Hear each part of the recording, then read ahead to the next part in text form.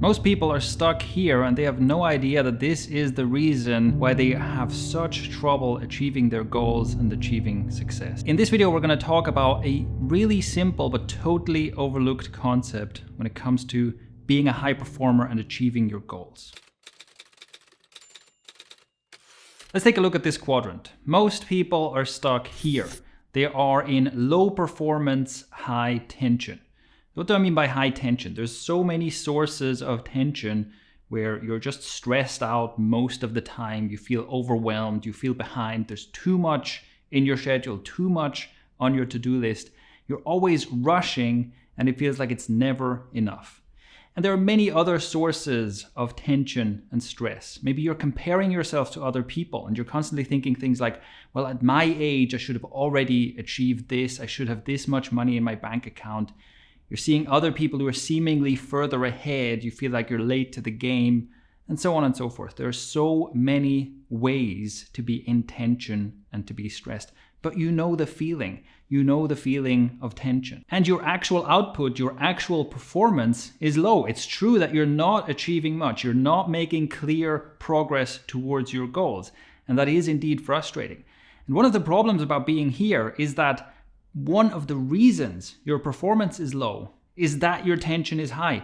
Because you're so stressed, you're not working at your best. Because you're always in a rush, because you're always in a hurry, you never kind of take a moment to process what's going on, to think, and then to act strategically. No, you're always rushing from one thing into the next. And because you already feel like you don't have enough time for anything, you don't get enough sleep and you don't get enough rest in general.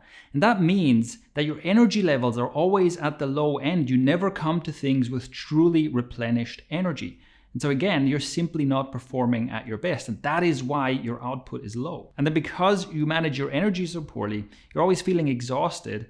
And that means that your non-work activities are usually things that are not very restful and certainly don't help you grow. So that's when you're playing video games or distracting yourself, spending lots of time on social media or things like that. So by doing things in your off time that don't really help you replenish and also don't help you learn or grow, then you're constantly stuck in this cycle of exhaustion and overwhelm and stress and not being able to recover. And then, no wonder you can't actually do your best. Now, here's the key takeaway for this. Whenever you find yourself stuck in low performance, high tension, you got to acknowledge that this is what's happening, and you have to realize that more tension is not going to fix this problem.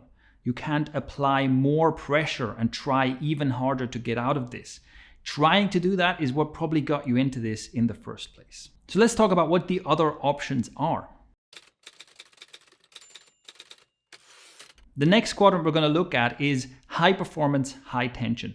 This is what most of us strive for. In our culture, we worship high performance, high tension. And this is what keeps a lot of us stuck because we feel like, well, if I'm not accomplishing yet, if I'm not achieving success, then I have to try harder and I basically have to apply more and more and more tension, more work, less leisure time, less rest, less sleep. I just got to go harder until I finally do enough to achieve success.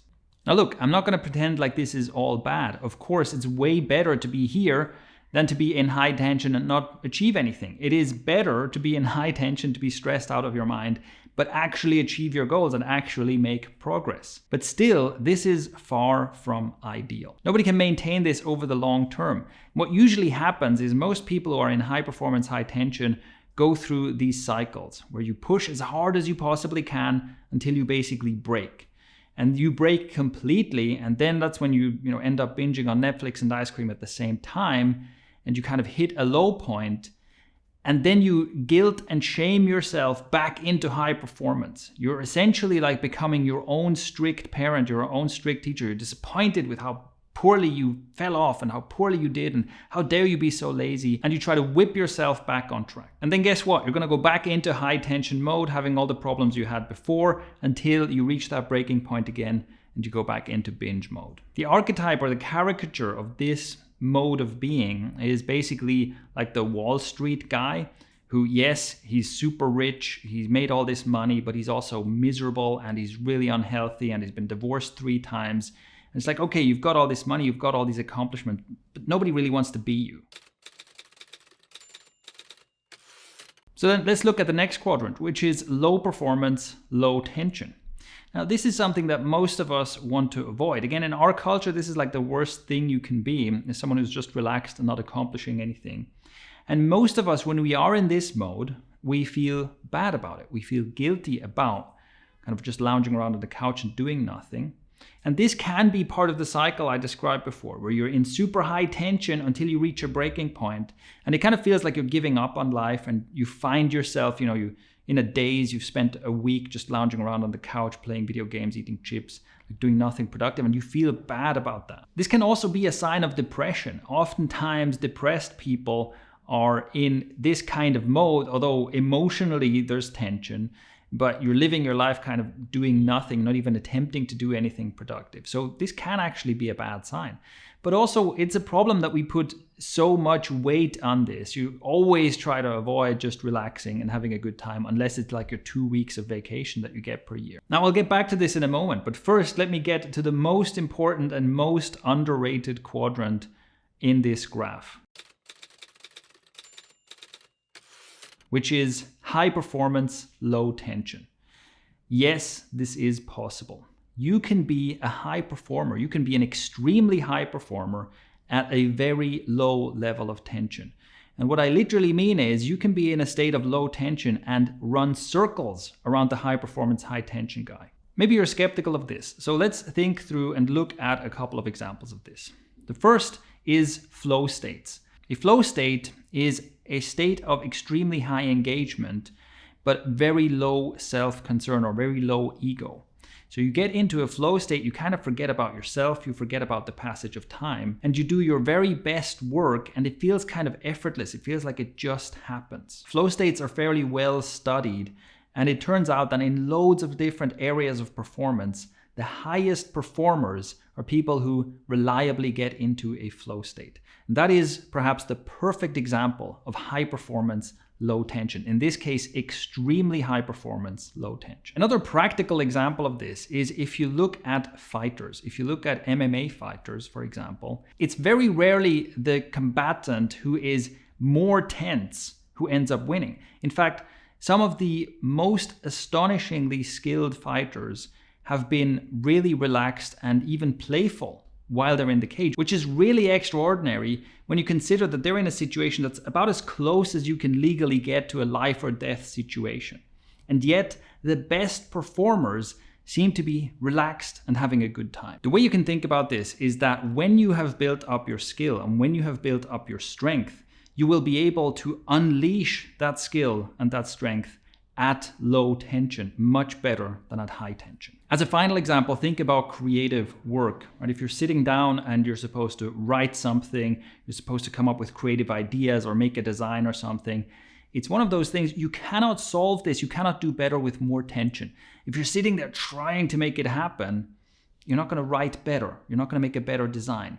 You have to be in low tension, you have to kind of let it flow through you and let your skill unfold. You cannot force this, or at least you can't make it better by forcing it. So now we've seen all four quadrants. Is the solution now that we should always be in high performance, low tension? Should we just always be here and avoid all the other quadrants? No, actually not at all. The only really kind of destructive quadrant is low performance, high tension. There's nothing good happening there. The other three quadrants all have their time and place and all have their uses. So high performance, high tension. This is actually really useful for building your skill and building your strength. But here's the key. High performance, high tension needs to be acute and specific. So acute as in time limited, not chronic. High tension that is chronically around, like chronic stress, chronic worry, chronic even physical tension, does nothing good for you.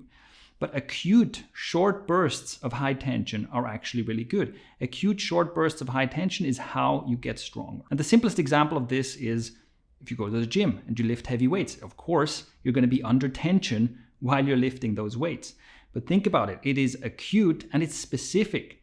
The best weightlifter is engaging exactly the muscles that need to be engaged to do the current lift and nothing else. And this is also true for other kinds of work, right? If you're doing an intense problem-solving session, a coding session, any kind of creative work or knowledge work, Yes, sometimes that requires a lot of energy. It can be exhausting. But the best performers are the ones who will use the tension specifically on exactly the task in front of them, and they don't have 15 other things on their mind. So high tension is useful if it is acute and specific. And then what about low performance, low tension? Well, this is great. This is called rest. This is called play. And the simple fact is that if you want to be able to perform well during some times of the day, you have to be resting and relaxing during other times of the day. So the real problem here is if we associate this with being a lazy bum and we feel guilty about every moment we spend not doing something productive. Again, the key is for this to be acute and not chronic. Like if you're only vegging out on the couch the entire time, that is also a recipe for misery. So if you can take that time and sit down and relax or do something that's simply enjoyable and not even try to do anything productive, ideally you do that acutely and specifically, which is you give yourself fully to that. Instead of, taking your work with you into your private life and then you're relaxing but you're also thinking about work, or you're relaxing but you also feel guilty because you're not doing something productive.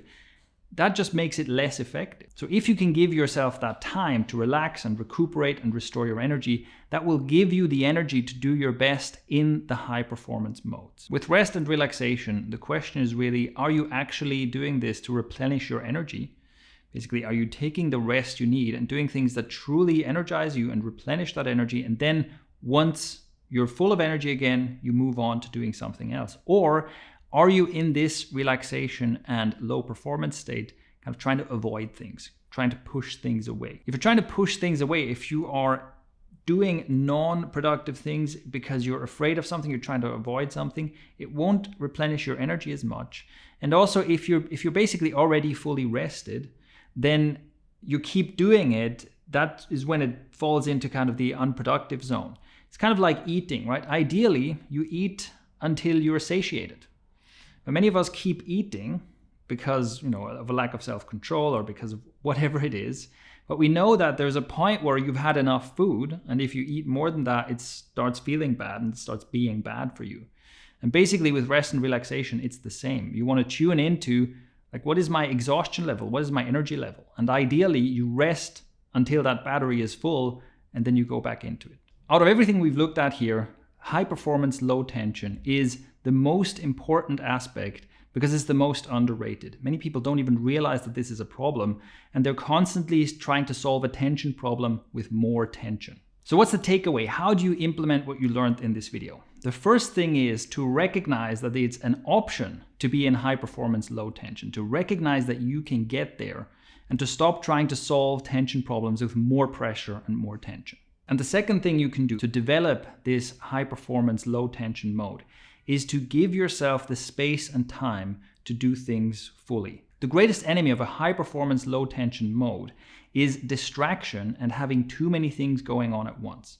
So if I'm trying to do work, but I'm also distracted by 15 other things, I'm constantly switching between different tasks, and I'm also having a messaging conversation with some of my friends, and I'm also feeling bad about something that I said or didn't say, there's no chance that I can be doing my best work. I have to give myself the time and space to do one thing at a time. And that can be my work, that can be learning, that can be training, that can be relaxing. Initially, this can be difficult to get your head around, but there is a possible schedule, there is a possible way of being where you get enough sleep, you get enough rest, you have your time off, and you are spending the hours you're spending on productive stuff being extremely productive.